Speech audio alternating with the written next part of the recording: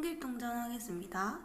지난번이랑 지지난주에 홍길동전을 다 읽었었거든요. 그래서 안 들었던 친구들은 이 영상 보고 내용을 좀 정리한 다음에 이제 이번 주 수업에 와서 같이 문제 풀고 정리를 하면 되겠습니다. 우선은 바로 읽기 전에 홍길동전이 이제 갈래가 고전소설이기 때문에 고전소설의 특징을 먼저 좀 볼게요.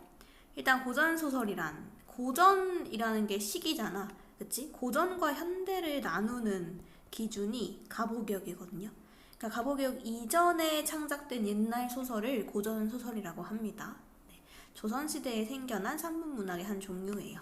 그럼 고전소설의 특징이 뭐가 있는지 주제부터 간단히 봅시다.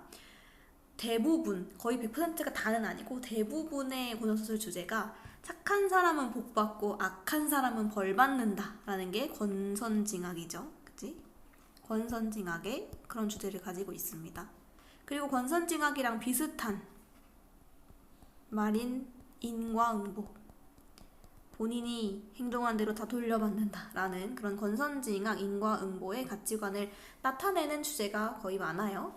그리고 이제 구성을 보면은 시간의 흐름에 따라서 사건이 전개돼. 그러니까 막 시간이 미래 얘기하다가 지금 현재, 다시 과거, 현재 이렇게 돌아가고 섞이는 게 아니라 그냥 과거, 현재, 미래 이렇게 쭉 시간의 흐름에 따라서 전개가 됩니다. 그거를 평면적 구성이라고 해요. 평면적 구성.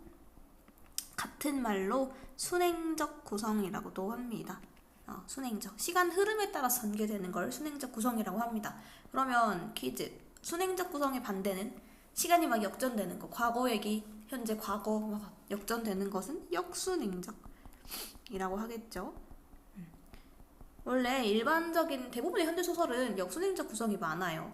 현재 얘기하다가 과거에 왜 그랬는지 돌아가고, 과거 얘기가 다시 현재에다가 다시 과거 돌아가고, 그런 내용이 많거든. 근데 고전소설은 쉽습니다. 그냥 시간의 흐름에 따라서 보통 구성이 돼요. 그리고 주인공이 이제 태어나서 죽을 때까지의 일생을 다 다루는 일대기적 구성입니다. 일대기적 구성. 네, 그게 특징이고요. 인물들 볼게요. 소설에 나오는 인물이 처음부터 끝까지 성격 변화가 없어. 처음 나쁜 애, 계속 나쁜 애야. 그거는 평면적 인물이라고 하고요. 평면, 똑같아. 평면적 인물의 반대는 입체적 인물입니다. 그러니까 고전소설의 인물들은 성격 변화가 거의 없는 평면적 인물이 많이 나오고, 그 다음에 특정 집단의 성격을 대표하는 전형적인 인물들이 많이 나옵니다. 뭐 산업화 시대의 소시민의 대표인 인물, 또는 막 옛날에 막 욕심 많고 자기 동생도 돈 안 빌려주고 돈이 많으면서 욕심 많은 그런 인물인 놀부, 그런 식으로 어떤 집단의 성격을 대표해주는 그런 인물이 주로 나옵니다.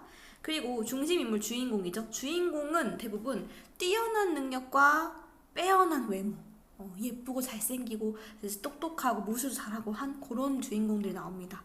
그런 인물을 제자 가인형 인물이라고 합니다. 제자 가인. 네, 인물 특징까지 봤고요. 사건의 특징들 봅시다. 사건이 대부분 우연적으로 일어납니다. 우연적인 만남. 그러니까 개연성이 없이 어느 날 갑자기 한편 이러면서 사건이 일어나지고요. 그 다음에 중요한 거, 비현실적인 사건들, 전기적인 요소가 많이 나타납니다. 전기적이라는 거는 전할 만큼, 후대에 전할 만큼 기이하다. 후대에 전할 만큼 기이하고 요상하고 막 돛을 부리고 사람이 구름 타고 내려오고 허물을 벗고 뭐 이런 거 있잖아요. 아래서 태어나고 하는 그런 비현실적인 걸 전기적이라고 해요. 그런 전기적 요소가 많이 나타나는 것도 고전소설의 특징입니다.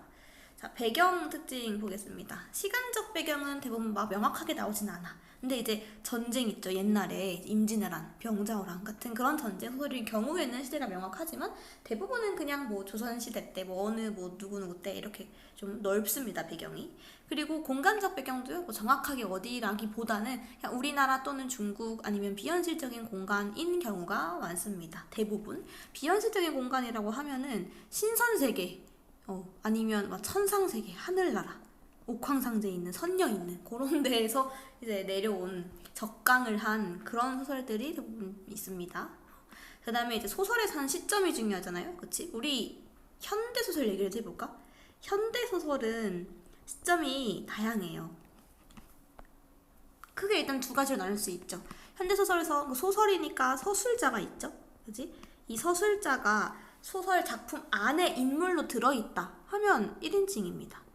1인칭이란 내가 내 이야기를 하는 거죠. 나가 얘기하는 게 1인칭이죠. 그치? 그러니까 서술자가 작품 안에 있으면 1인칭 소설이라고 하고 서술자가 작품 밖에 있으면 3인칭 소설이라고 하거든요. 자, 작품 안에 있는 이 1인칭 나가 본인 얘기를 해. 본인이 주인공이야. 그러면 1인칭 주인공 시점이 되겠고 작품 안에 있는 나가 본인이 주인공이 아니라 옆에 있는 난 주변 인물이고 옆에 있는 주인공을 관찰하면서 그 주인공 얘기를 해준다 하면 1인칭 관찰자 시점이 되고요. 그리고 서술자가 작품 밖에 있어. 밖에서 이제 작품 안에 있는 인물들이 뭐 하는지 다 알려주고 그들의 성격과 심리를 다 알려준다 하면 3인칭 전지적 작가 시점이 되겠고요. 그 다음에 작품 밖에 있는 서술자가 인물이 뭘 하는지 객관적으로 관찰만 해. 저 그녀가 걸어간다. 그를 만난다. 그와 대화를 나눈다. 무슨 얘기를 한다. 주머니에 손을 넣는다. 이렇게 그냥 보이는 것만 객관적으로 전달을 해주면 그게 3인칭 관찰자 시점이 됩니다. 총 이렇게 4개 1인칭 주인공, 1인칭 관찰자, 전지적 작가 시점, 그다음에 3인칭 관찰자 시점 이렇게 현대소설은 4가지 시점으로 나눠지거든요. 그래서 막 시점 문제 물어보는 게 무조건 나온단 말이에요, 시험에. 근데 이 고전소설은요, 시점이 전지적 작가 시점밖에 없습니다. 전지적 작가 시점. 그러니까 우리가 시점이 뭐지 하고 고민할 필요가 없어. 서술자가 인물이 어떤 말하고 어떤 행동하고 어떤 생각을 가지고 있고 어떤 생각과 무슨 표현을 하는지 다 알려줍니다. 전지적 작가 시점인 걸 잘 알아두시고요. 그 다음에 이제 대부분의 결말이 고난 시련 다 이겨내고 행복해지는 해피엔딩으로 끝이 납니다. 네, 그래서 이렇게 특징들 정리를 하고 알아주시면 되고요.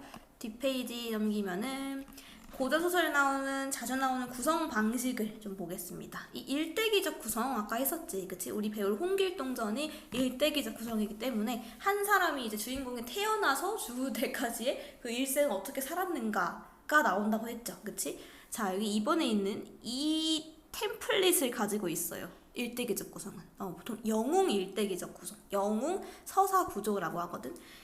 홍길동이 영웅이에요. 나라를 이제 구하고 하는 영웅인데 영웅 서사 구조는 요런 템플릿을 가지고 있습니다. 그래서 이렇게 하나하나 자세히 볼게요.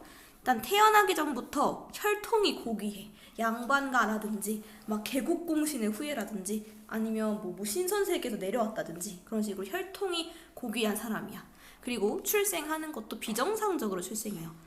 대부분 많이 나오는 게 이제 좀 늙은 부모들이 이제 늙은 뭐 여자 남자가 결혼했는데 오랫동안 아이가 없어. 그래서 아이를 갖고 싶어서 달님한테 막 기도를 했더니 다음날 잉태를 하고 그런 식으로 좀 특이하게 출생을 하게 되는 경우가 많습니다. 그리고 능력이 아주 비범해요. 태어나자마자 막 하나를 알려주면 100가지를 알고 막 도술을 부리고 굉장히 똑똑하고 비범한 능력을 가지고 있어. 영웅이니까. 그지? 그러다가 이제 어렸을 때 죽을 위기에 처해요. 죽을 위기에 처해. 영웅이란 시련 고난을 이겨내야 하는 법. 그래서 죽을 위기에 처하는데 그때 조력자가 도와줍니다. 조력자가 도와줘서 또 뭐 이런 도술 배우게 되고 막 가르침 받게 되고 해가지고 구출돼서 양육을 당해요. 양육을 당하다가 이제 커서 성장 후에 잘 컸겠지? 나라에 위기가 찾아와. 국가적 위기. 나라에 왜 위기가 찾아오냐? 나라가 위기일 때 나라를 구해야 되니까. 영웅이니까. 그지? 그래서 막 반란 평정하고 뭐 다시 만나가지고 나중에 승리하는 행복한 삶을 누리게 되는 요런 구조로 이어집니다. 영웅 서사 구조. 그래서 홍길동전도 비슷하게 이런 영웅 일대기 구조를 가지고 있기 때문에 잘 알아두시면 되고요.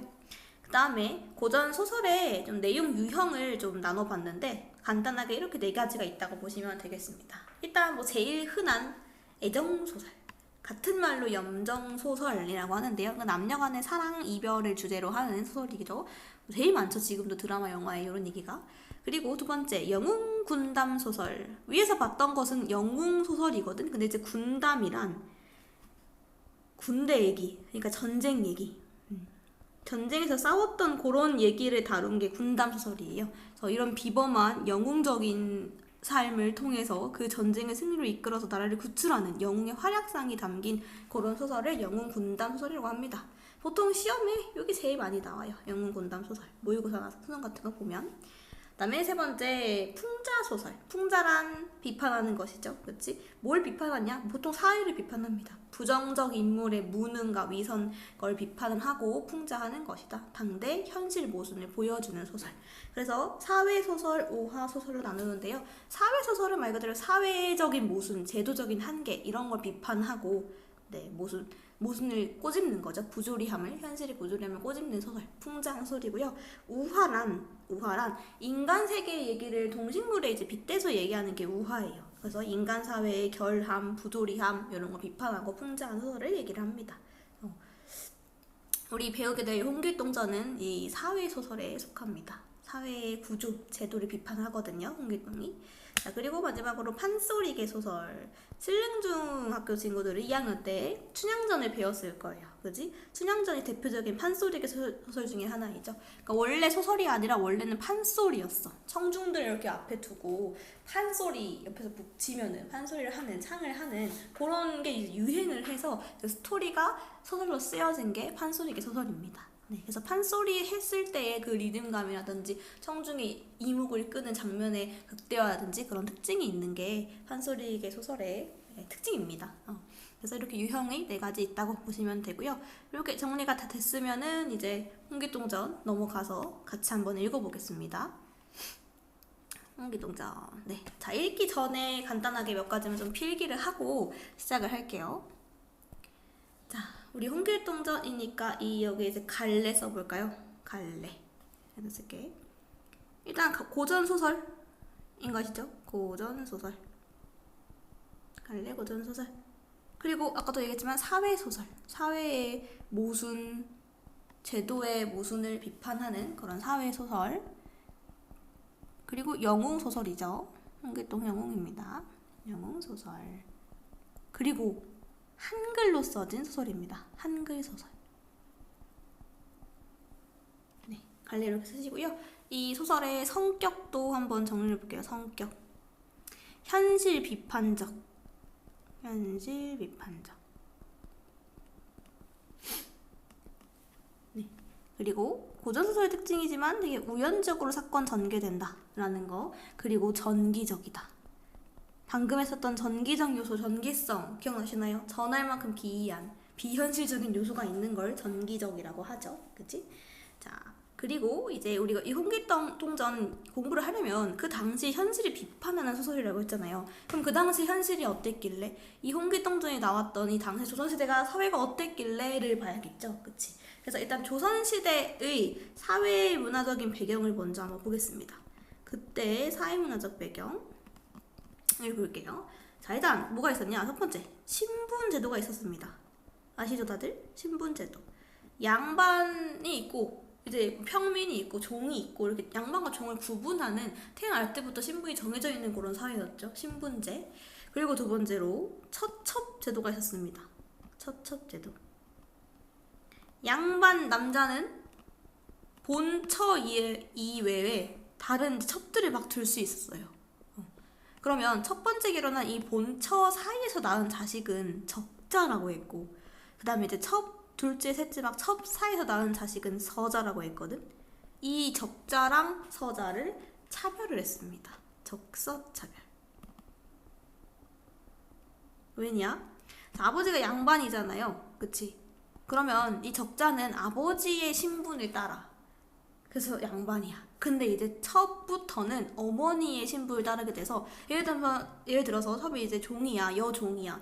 그러면 이 서자가 종이 돼버리는 거죠, 신분이. 그치? 그래서 이 종으로 신분이 지킨 이 서자는 이 아빠인 양반, 아빠한테 아버지라 부르지 못하고 뭐 형한테 형이라 부르지 못하는 그런 차별을 받습니다. 그리고 관직에 진출도 못했어요. 서자이기 때문에. 네, 그런 차별이 있었다라는 거. 그 다음에 또 대표적으로 조선시대는 유교사회였죠. 유교사회. 유교란 무엇인가요? 유교.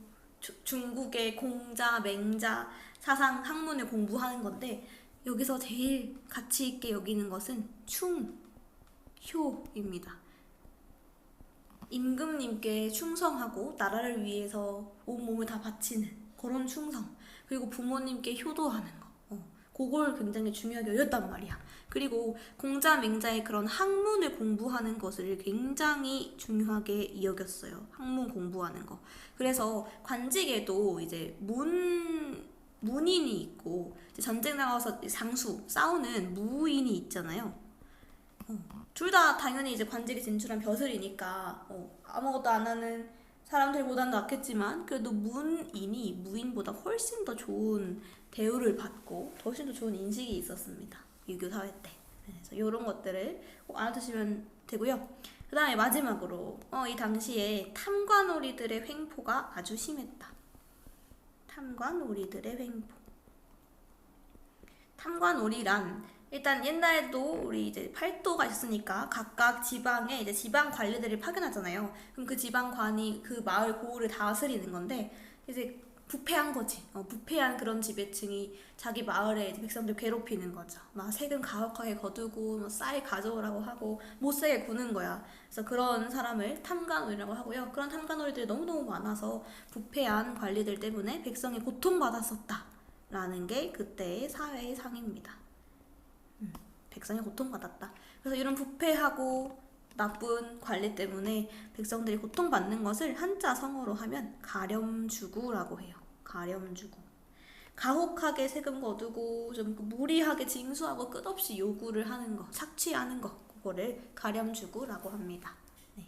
이렇게 5가지 잘 정리해 주시면 되겠고요. 이제부터 다음 이제 영상에서 홍길동전 쭉쭉쭉 읽을게요.